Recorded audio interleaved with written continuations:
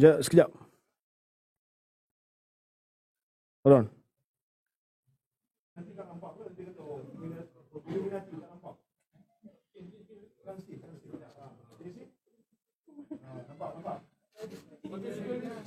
Bismillahirrahmanirrahim. Assalamualaikum warahmatullahi wabarakatuh. Salam keluarga Malaysia, sihat sejahtera.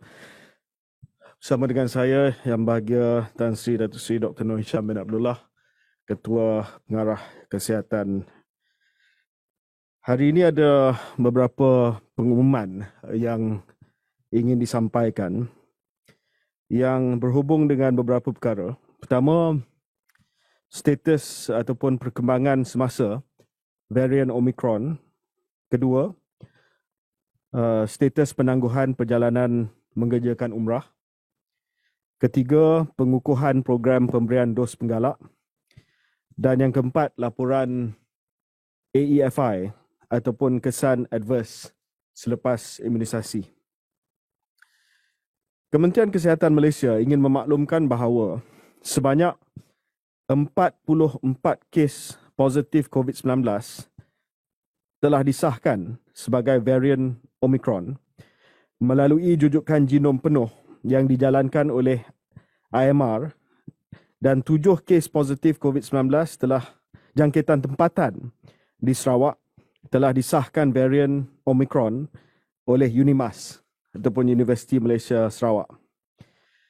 Daripada 44 kes import yang disahkan varian Omicron, 27 kes adalah daripada Arab Saudi. Manakala yang lain kita akan memberi butiran selepas mendapat maklumat terperinci dalam kenyataan akhbar nanti. Ujian jujukan genom penuh ke atas sampel-sampel yang menunjukkan kemungkinan varian Omicron masih dijalankan, dan KKM akan memberi perkembangan terkini berhubung pengesahan varian Omicron dari masa ke semasa. Sementara itu, saya baru saja menerima lagi keputusan whole genomic sequence daripada IMR sebelum sidang media ini bermula. Ini tambahan daripada tadi ya. Ini just received daripada IMR.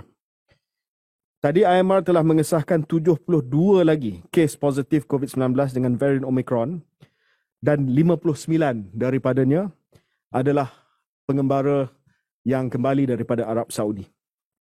Perincian lanjut mengenai keputusan terbaru ini akan dimaklumkan dalam kenyataan akhbar nanti. Dengan keputusan-keputusan terbaru ini, jumlah kumulatif kes positif COVID-19 yang telah dikesan varian Omicron di Malaysia adalah sebanyak 245 kes.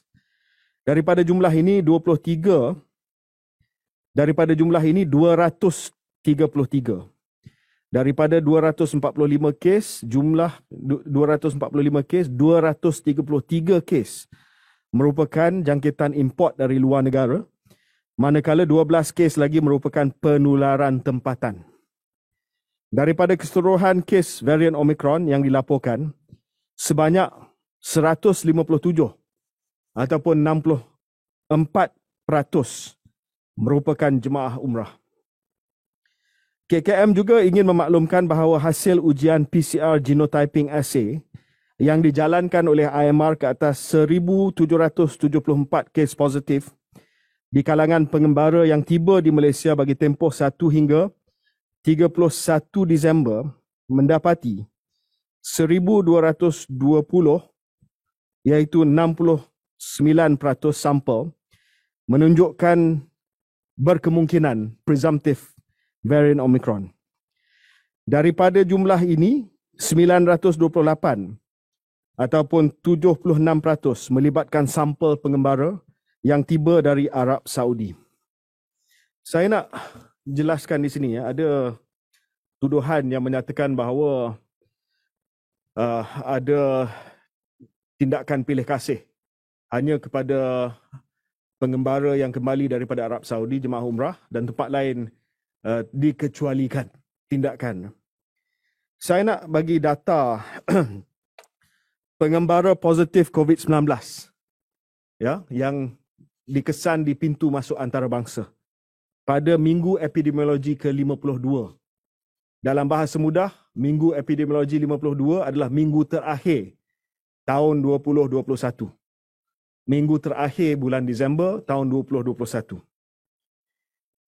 Pada minggu tersebut, terdapat 1,842 kes positif yang dikesan di pintu masuk antarabangsa, lapangan terbang antarabangsa Kuala Lumpur.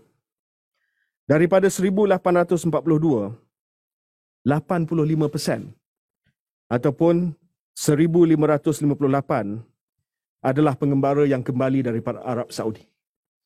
Yang kedua paling tinggi adalah pengembara yang kembali daripada Turki, 84. 1,558 Arab Saudi. Nombor dua, Turki, 84. Ketiga, Emirat Arab Bersatu, 50 kes.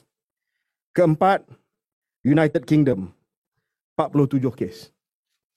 Ini adalah data yang telah pun dikemukakan kepada Jemaah Menteri semalam dalam satu taklimat yang telah diberikan oleh Tan Sri Ketua Pengarah Kesihatan yang menunjukkan bahawa satu, kes positif COVID-19 tak kira varian.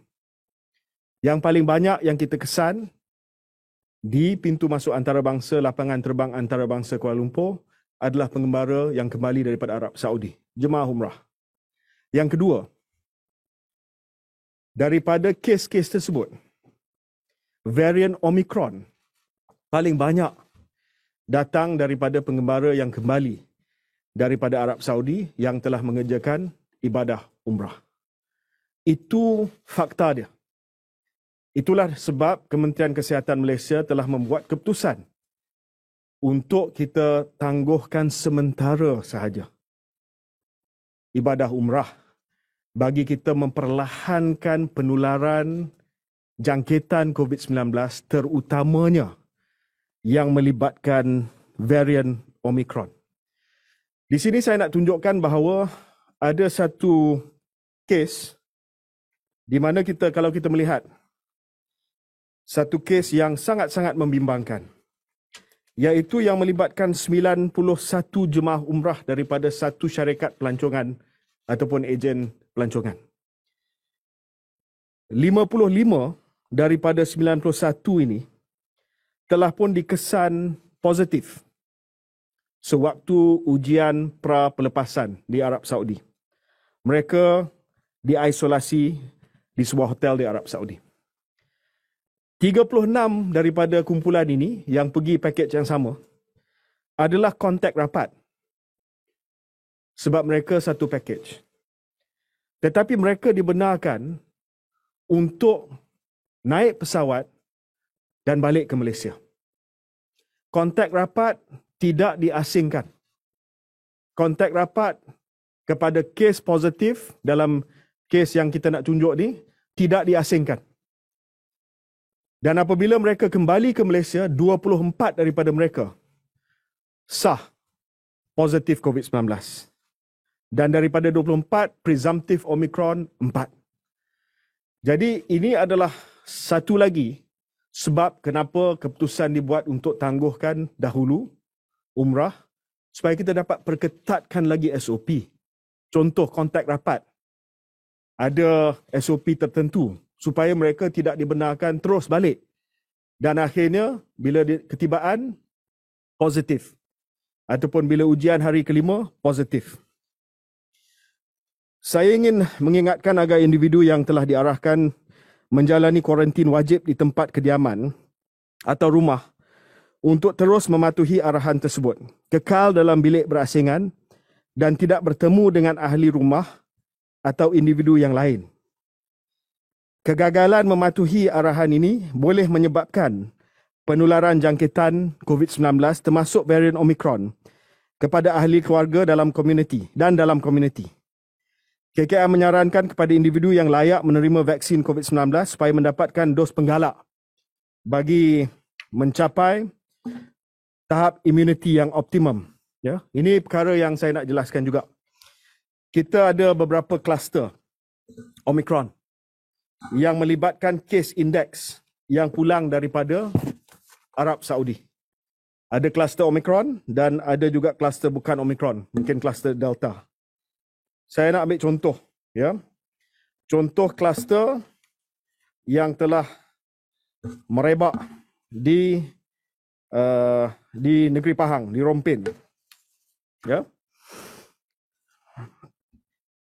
Kes ni dua kes import. Dua kes import yang kembali daripada Arab Saudi. Ini kluster Keratong 5. Di mana ia telah menyebabkan 28 kes positif. Sehingga menular 3 generasi. Jangkitan pertama adalah kepada kontak keluarga di Rompin. Yang kedua, generasi kedua pula adalah jangkitan 15 orang lagi sampai ke Mersing. Generasi ketiga adalah jangkitan 7 orang di Mersing. Jadi ini adalah contoh bagaimana mereka yang kembali dan kuarantin di rumah telah menyebabkan jangkitan berlaku kepada kontak keluarga dan telah tular sehingga generasi ketiga. Inilah sebab kita telah menghentikan kuarantin rumah bagi jemaah umrah yang kembali daripada Arab Saudi. Sebagai langkah berhati-hati, langkah pencegahan, kita telah membuat keputusan supaya mereka yang kembali daripada umrah sebelum umrah ditangguhkan pada 8 hari bulan Januari ditempatkan di stesen kuarantin. Stesen kuarantin pula ada pilihan. Satu, stesen kuarantin swasta. Kalau sekiranya jemaah umrah itu memilih untuk duduk di hotel, pembiayaan itu adalah pembiayaan sendiri. Tetapi kita juga sediakan stesen kuarantin kerajaan. Dan stesen kuarantin kerajaan ini akan dibiayai oleh kerajaan. Termasuklah makan minum mereka sepanjang mereka kuarantin di kuarantin station di bawah pengendalian NADMA dan Kementerian Kesihatan Malaysia. Kita nak meringankan beban jemaah yang pulang yang terpaksa kuarantin. Ada yang tanya kenapa mereka dibayar kuarantin, ya. Ini kita faham sebab polisi ini telah berubah sewaktu mereka berada di sana. Jadi bukan salah mereka, ya, sebab penularan Omicron ni berlaku sewaktu mereka berada di sana. Sebab itu kita bagi kemudahan stesen kuarantin yang dibayar oleh kerajaan bagi mereka yang kembali daripada Arab Saudi sehinggalah penangguhan umrah pada 8 hari bulan Januari. Kita juga telah membuat beberapa keputusan yang lain berkenaan dengan jemaah umrah, iaitu Jemaah Menteri semalam telah mengarahkan supaya penangguhan sementara kebenaran perjalanan mengerjakan umrah diteruskan untuk tempoh sebulan, ya. Dan kita akan buat penilaian risiko dalam tempoh sebulan ini supaya kita dapat insya-Allah mulakan balik umrah kepada mereka yang ingin ke Tanah Suci. Buat masa ni kuarantin wajib di stesen kuarantin bagi jemaah yang pulang seperti mana yang saya umumkan tadi. Penilaian risiko dalam dan luar negara khususnya di Arab Saudi akan dijalankan dari masa ke semasa bagi mempertimbangkan pembukaan semula. Jadi kita akan bincang dengan pihak Arab Saudi dengan konsulat kita di sana supaya kita dapat perketatkan lagi SOP bagi jemaah daripada Malaysia supaya bila kita buka semula nanti insya-Allah lebih selamat dan tidak lagi berlaku terlalu banyak kes. Keempat, Kementerian Kesihatan Malaysia bersama kementerian dan agensi-agensi berkaitan akan mengemaskini SOP umrah termasuk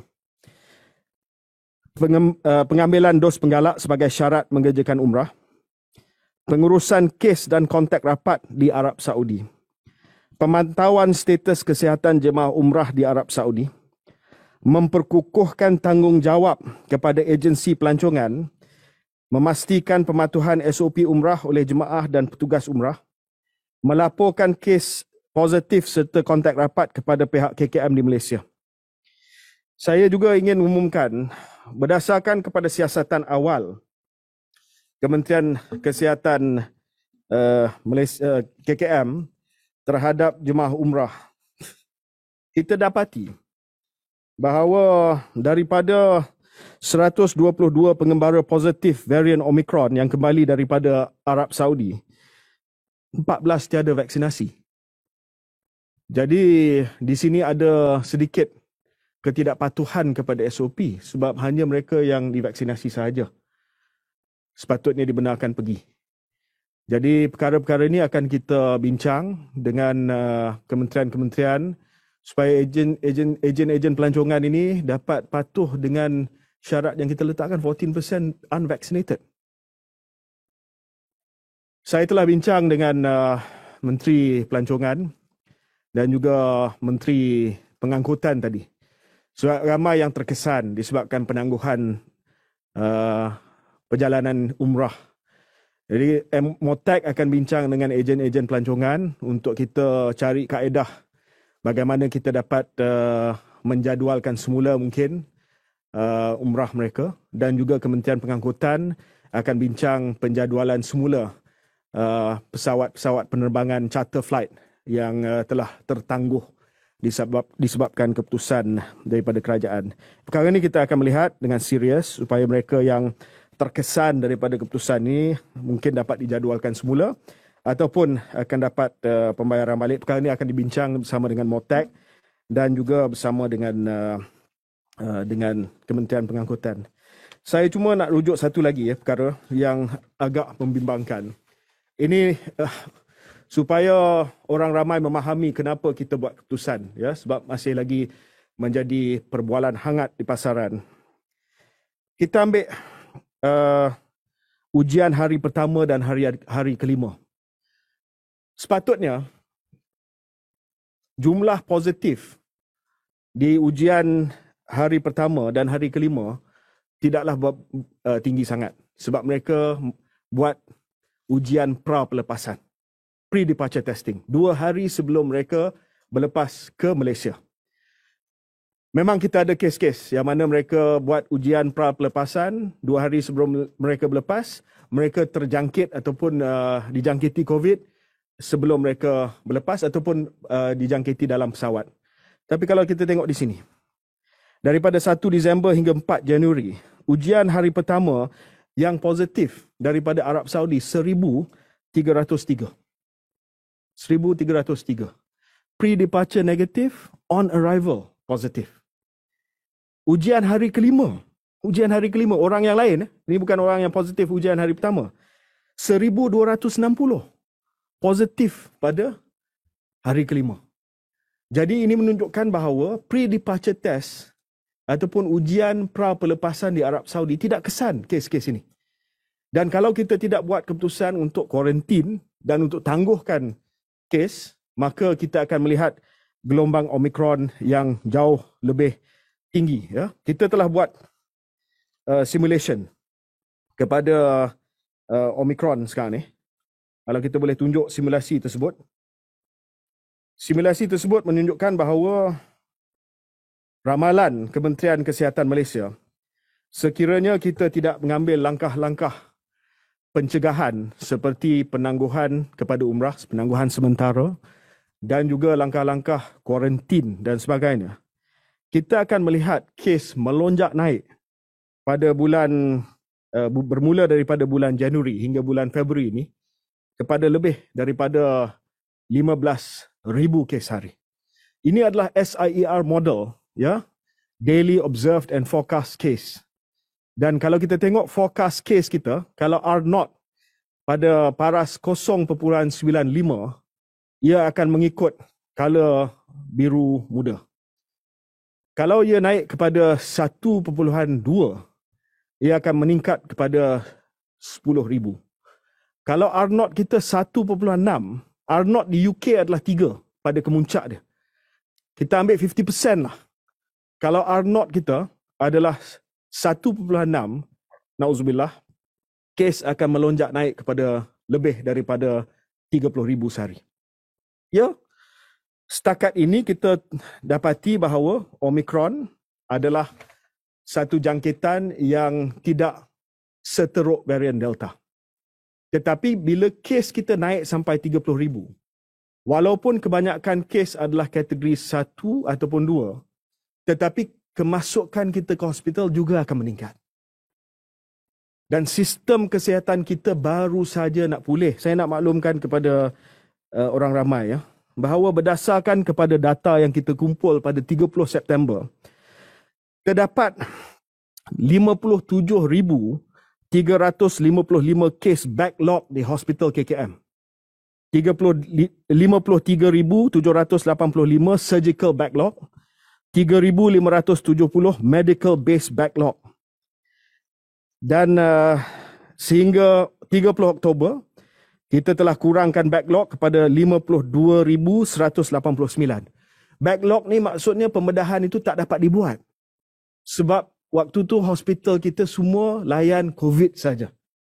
Ward biasa diubah suai kepada ward COVID. Dan ward COVID dengan ward biasa tak boleh bercampur. Dia clean, dia dirty. Dia tak boleh campur sebab penyakit berjangkit. Pembedahan tidak dapat dibuat. Surgery tak dapat dibuat sebab OT tutup. Sebab pakar-pakar semua terpaksa layan COVID dan sebagainya. Jadi kita baru saja nak kurangkan backlog ini. Dan backlog ini melibatkan banyak kes-kes kritikal dan sebagainya yang baru saja dapat kita melaksanakan. Kalau kita lepaskan Omicron dengan terlalu cepat, maka kes kemasukan ke hospital akan meningkat. Dan backlog kita terpaksa kita tangguhkan lagi daripada kita cuba untuk selesaikan sebanyak mungkin backlog yang sedia ada. Yang kedua, ini perkara yang Tan Sri maklum pada saya. Sekiranya penularan Omicron terlalu cepat, gelombangnya terlalu besar, terlalu pantas, bukan hanya hospital kita akan lumpuh, bukan saja backlog kita terpaksa ditangguhkan, tetapi petugas barisan hadapan kesihatan kita mungkin akan dijangkiti. Sekarang ini di United Kingdom ada beberapa hospital yang lumpuh kerana frontliners mereka dijangkiti dengan Omicron. Terpaksa mengasingkan diri walaupun tidak ada gejala. Tetapi you must isolate because you're positive. You must isolate for at least 10 days here. Maybe we can shorten it sebab kita tak nak disrupt sangat. Tetapi bila pakar bedah terpaksa isolate. Bila doktor terpaksa isolate. Bila jururawat terpaksa isolate. Tidak ada sesiapa yang boleh jaga kes-kes yang masuk ke Jabatan Kecemasan. That's the situation with Omicron sebab kebolehjangkitan dia sangat-sangat tinggi. Hampir 6 kali lebih tinggi daripada Delta. Sebab itu strategi Kementerian Kesihatan Malaysia bukan kita nafikan bahawa Omicron sudah ada, kita kena hidup dengan COVID. Yes. Tetapi kita kena perlahankan sebaik mungkin penularan Omicron daripada ia menjadi gelombang yang terlalu besar, terlalu pantas, yang boleh melumpuhkan sistem kesihatan, yang boleh tangguhkan semua backlog kita dan yang boleh menyebabkan frontliners kita, barisan petugas hadapan kesihatan kita terpaksa isolasi kerana mereka terdedah dengan varian Omicron. Jadi itulah sebab yang kita buat keputusan yang telah pun kita umumkan tadi. Data dia jelas.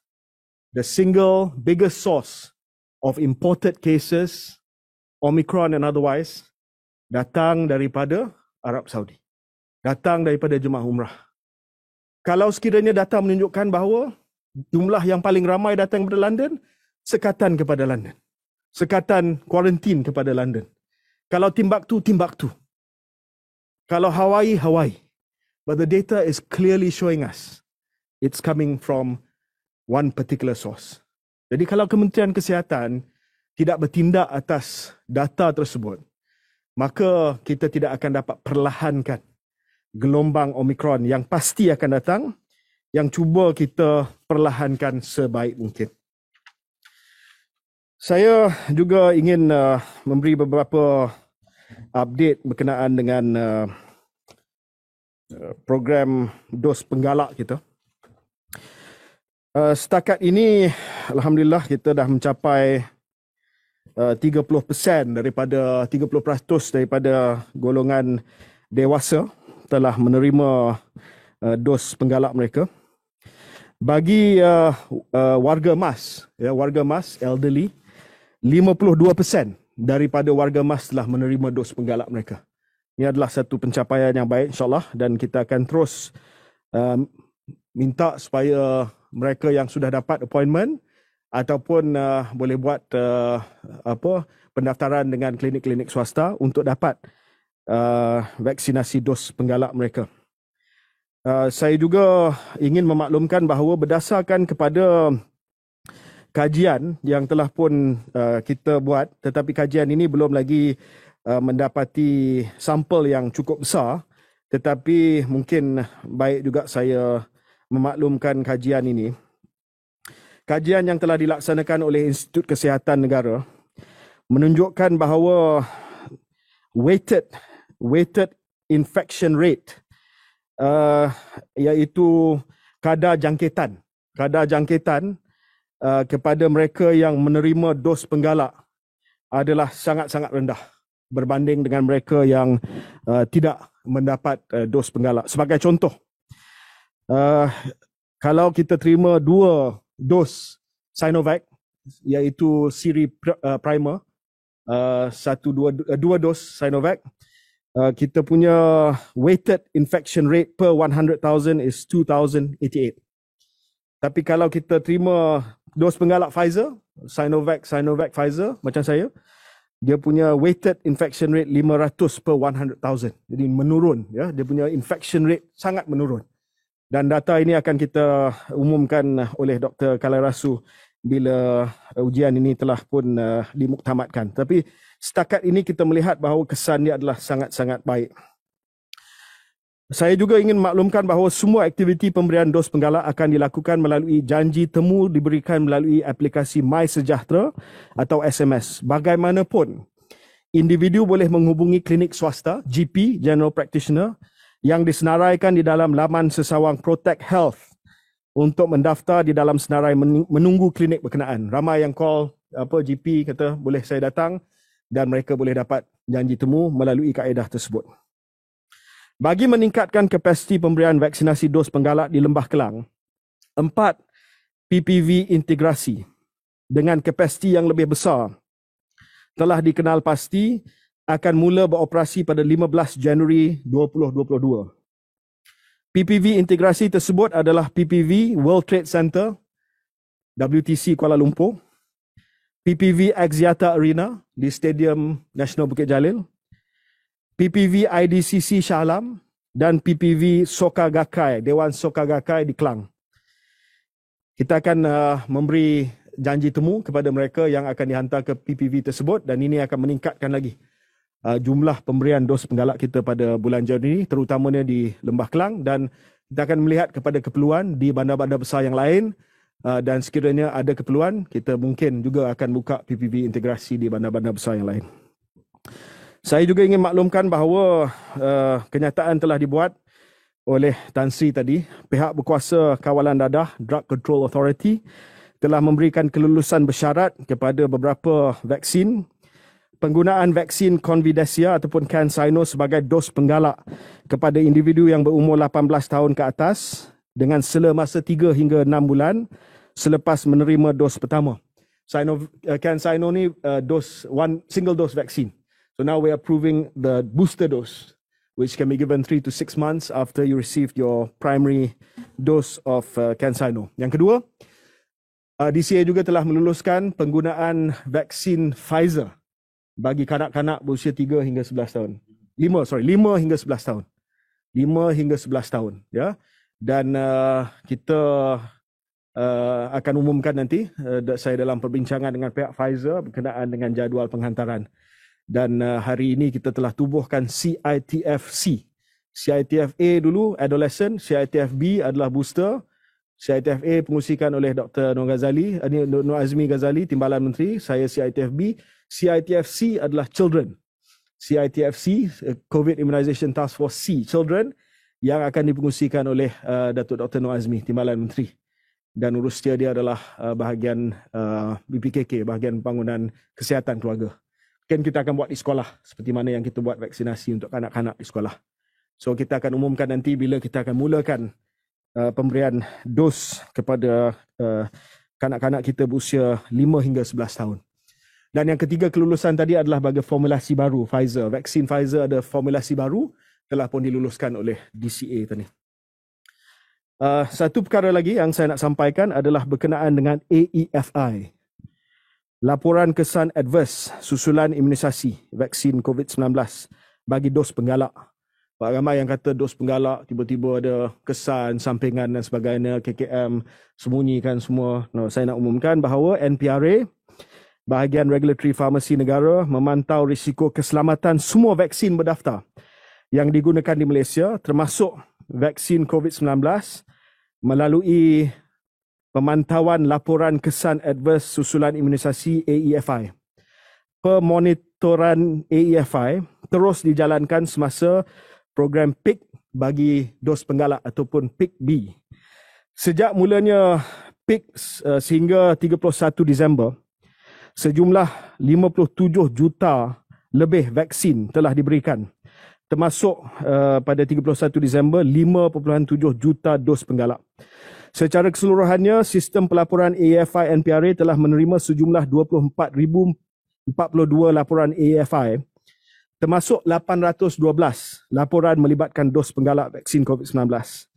Kadar pelaporan AEFI bagi dos penggalak direkodkan pada 0.14 bagi setiap 1,000 dos berbanding kadar pelaporan AEFI keseluruhan 0.42 per 1,000 dos. Demam, kesakitan pada tempat suntikan, sakit kepala dan keletihan merupakan antara kesan adverse yang paling kerap dilaporkan di kalangan penerima vaksin. Daripada jumlah laporan AEFI yang diterima bagi dos penggalak ini, hanya 38 laporan atau kurang daripada 5% yang diklasifikasikan sebagai serius, bersamaan kadar 0.007 laporan bagi setiap 1,000 dos. Pecahan terperinci bagi setiap jenis vaksin akan kita keluarkan dalam kenyataan akhbar. Perbandingan antara laporan AEFI diterima melibatkan pemberian dos primer dan dos penggalak bagi vaksin Comirnaty, Sinovac dan AstraZeneca juga akan kita kemukakan dalam kenyataan akhbar. Daripada pemantauan laporan AEFI diterima oleh NPRA, setakat ini, trend dan kadar pelaporan yang melibatkan dos penggalak tidak menunjukkan sebarang peningkatan daripada apa yang dilihat semasa pemberian dos primer. Dan daripada yang serius ini, semua telah pun recover ataupun semua telah selesai dirawat dan sebagainya. Kes-kes antara dia adalah alahan dan sebagainya, ya. Tetapi tidak ada kes-kes yang serius yang memerlukan rawatan yang lebih lanjut daripada itu. In other news, today, of course, you all heard by now that I'm actually unvaccinated, and the person standing next to me is the Grand Master of the Freemason Lodge of the world, not the Director General of Health. And if you believe that, you must be really stupid.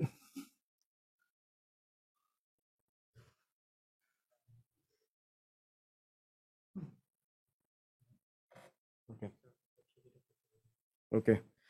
Update sikit, daripada 44 kes jangkitan import Omicron, 29 adalah daripada Arab Saudi, 5 daripada Emirat Arab Bersatu, 5 daripada Kazakhstan, 3 daripada UK, 1 US and 1 from Tanzania. Thank you. 44 import cases, 29 Arab Saudi, 5 UAE, 5 daripada Kazakhstan, 3 daripada UK, 1 daripada US and 1 Tanzania. Okay, man? Thanks.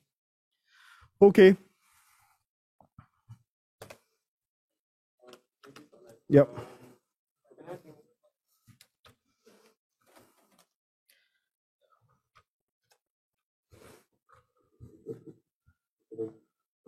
Saya ada beberapa soalan. Soalan pertama berkenaan dengan varian baru AI kecil. Yang dikatakan dikesan daripada negara barat. Apa langkah PKM mungkin dari segi waspada berkenaan dengan varian itu. Kedua, berhubung dengan suntikan dos penggalak ataupun booster. Bagaimana pendirian ataupun maklum balas KKM yang mengatakan ada tanggapan setengah individu bahawa KKM cuba push dos penggalak pada orang ramai disebabkan tarikh luput vaksin dah semakin hampir. Kalau begitulah tanggapannya, mungkin boleh beri perincian berhubung dengan kita punya stockpile berapa banyak dan mungkin tarikh luput pada stockpile tersebut. On the latest development YB, 14 kes yang dikatakan tidak mempunyai sejarah vaksin tapi masih pergi ke Arab Saudi untuk menunaikan jemaah umrah. Adakah mereka ni terlibat dengan alasan tidak boleh menerima vaksin disebabkan oleh sebab kesihatan ataupun We are checking. Kita nak check. Kalau dia sebab kesihatan, then okay. Kita sedang siasat. Sebab kita baru dapat raw data. 14% yang tak ada vaksin. was it 14% ataupun 14 kes? 14%. 14%.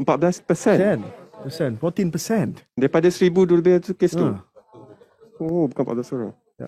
So that's why we are checking. Kita ni sedang check sama ada mereka ni disebabkan apa, disebabkan kesihatan ataupun mereka memang tak ada vaksinasi dan enggan divaksinasi. Ya. So we are checking that right now. Berkenaan dengan soalan pertama iaitu varian IHU, kita sedang monitor. Kita punya protokol biasalah. Kita akan buat kita akan dapat makluman daripada WHO. WHO Representative Office akan maklumkan kepada kita sekiranya varian itu dijadikan sebagai VOI ataupun VOC, variant of interest ataupun variant of concern. Setakat ini yang baru ni IHU ni belum lagi dikategorikan sebagai VOC ataupun VOI. Ya. On the stock of vaccine, yang kita balance yang kita ada hampir 6.5 juta. Tetapi dari segi tarikh luput untuk bulan Januari ni tak ada pun yang akan luput, semua akan digunakan, ya.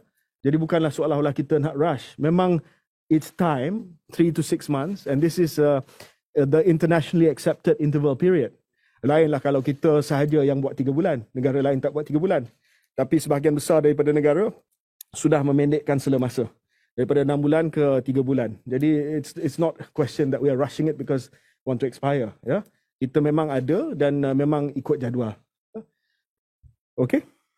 YB, saya ada 2 soalan dan selepas Sabah, Sarawak dan Kedah sudah ada kes Omicron positif, so ada tak kemungkinan kerajaan perlu melakukan lockdown secara berperingkat? Oh, no, no, don't mention the L word. We don't mention the L word anymore, okay? Soalan kedua saya, sebagai langkah awal kita tengok kerajaan sudah menangguhkan umrah, dan apakah perlu kerajaan untuk mengambil langkah drastik dengan menutup sempadan antarabangsa secara... Look, kita kena bertindak balas dengan kaedah yang berkesan tetapi tidaklah keterlaluan. The response, as I mentioned again and again, must be calibrated and proportionate. If we close down the borders, it's not a proportionate response.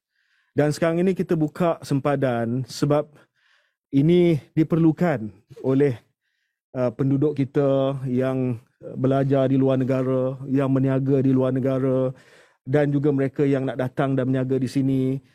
Dan kita melihat sampai bila kita nak tutup sempadan. Kita dah buka dan seboleh mungkin kita bergerak ke hadapan. Kita tidak toleh ke belakang. Sebab itu saya kata don't mention the L word. Lockdown itu kita toleh ke belakang, go all the way, ghostan habis. We want to avoid that. Tan Sri dengan saya memang we want to avoid that. Of course you lock down, you get 0 cases, you win. But at what cost? Economy, mental health, well-being, semua terkesan. Jadi as much as possible, our response is targeted, calibrated and proportionate. YB, recently ada tular sebuah video yang mengatakan salah seorang penerima vaksin itu menolak untuk mengambil vaksin sebab dah expired. Kita akan keluarkan kenyataan nanti. There's a reason, there's an explanation to that. Ada kita baru saja telah terima laporan tersebut dan kita tengah sediakan jawapan. Ada jawapannya. Ya, nanti. Okay, Code Blue please. Hi, Rabi, Alifa from Code Blue. We have 2 questions. I'll ask one by one because they're on separate topics. On boosters, with only 52% of our senior citizens age 60 and older having received boosters, it's still low compared to Singapore's 89%. So what's your plan to vaccinate the remaining 2 million elderly people by February 28 before their fully vaccination status lapses? What's your target coverage? Yeah, we want to push so that we get at least 80% of the elderlies done within this 1 month or so. We have identified, of course, the states which are lagging behind. So kita akan bagi tumpuan kepada negeri-negeri yang agak terbelakang dalam pemberian booster kepada warga emas. Negeri yang paling tinggi liputan warga emas adalah Sarawak, 3% daripada warga emas mereka telah menerima dos penggalak. Diikuti dengan Melaka 68% dan diikuti dengan selepas Melaka Lembah Kelang dan selepas itu Negeri Sembilan. Negeri-negeri yang perlu kita bagi tumpuan adalah negeri di bawah paras 50% sekarang ni. Antaranya Negeri Pahang 46%, Negeri Terengganu 37%, Negeri Perlis 37%, Negeri Kelantan 31% dan Negeri Sabah 26%. Jadi kita telah bincang tadi kepada negeri-negeri tadi untuk memberi tumpuan kepada pemberian dos penggalak kepada warga emas. The priority for negeri-negeri yang saya sebutkan tadi bawah paras 50% adalah untuk convince and to bring the elderlies out for their booster shots. All right, OIB, second question is on smoking. This is also important. Will MOH make smoking cessation products available over the counter like nicotine gum to encourage quitting smoking while the government prepares to regulate vape? Thanks. We are planning to bring in, hopefully dengan persetujuan rakan-rakan di Dewan Rakyat, kita akan bawa satu legislation yang penting berkenaan dengan smoking ni pada sesi Dewan akan datang. Dan ini akan meliputi pelbagai perkara lah nanti.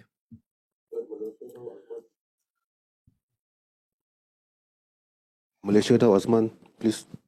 Okay, Assalamualaikum YB. Alhamdulillah. Sejak KKM umumkan mengenai booster dose dan kajian untuk keperluan booster 4, semakin ramai yang mula persoalkan keberkesanan vaksin COVID-19 and of course those yang dari awal tak mengambil vaksin or should I say macam anti-vaxxers pastinya akan rasa lagi confident dan anggap vaksin ini memang tak berkesan. So soalan saya ialah apakah strategi KKM tangani isu ini dan adakah KKM atau YB sendiri akan consider adakan sesi debat atau perbincangan bersama golongan ini? Itu saja. Ya, terima kasih. Berkenaan dengan pemberian dos yang keempat ataupun dos penggalak yang kedua, perkara ini masih lagi dalam kajian. Ya, ada negara yang dah meluluskan dos yang keempat, contohnya Israel telah umumkan bahawa dia akan bagi dos yang keempat. Kepada mereka yang kata ini adalah bukti bahawa vaksin tidak berkesan, saya nak tunjuklah, mungkin tak dapat tunjuk hari ni di dalam skrin ni, tetapi saya nak tunjuk gambar rajah ataupun carta-carta yang kita telah sediakan berkenaan dengan kadar kematian, kadar kemasukan ke hospital, hatta kes harian yang telah turun daripada puncak tertinggi pada bulan Ogos sehingga ke sekarang disebabkan vaksinasi yang rancak dan liputan yang luas. Dan ini adalah bukti yang paling kukuh sekali bahawa vaksin berkesan. The vaccines work.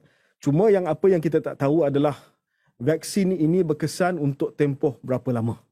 Ini daripada awal lagi. Pengeluar-pengeluar vaksin kata mereka tak tahu. Vaksin ini berkesan 6 bulan, 1 tahun dan sebagainya. So now we know.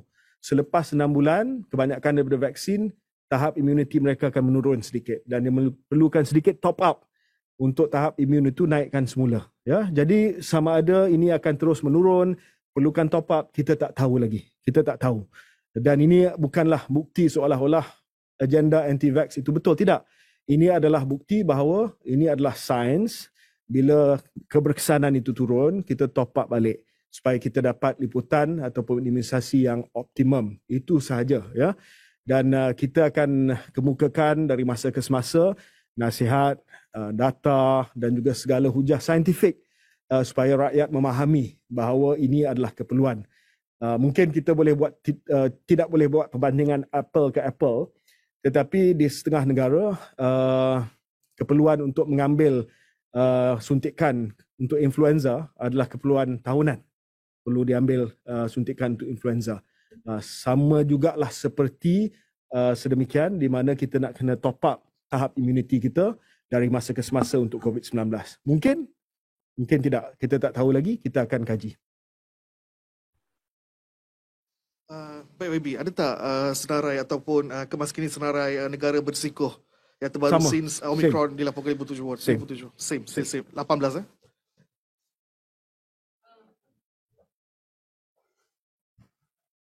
YB, mengenai surat daripada pengarah penjara Kajang yang membabitkan 18 kes serius kejadian kesan mudarat AEFI dan termasuk 2 kematian dalam kalangan banduan. So boleh tak YB perincikan tentang kes itu? Dan she says under investigation. Okay, satu lagi? Tak ada lagi?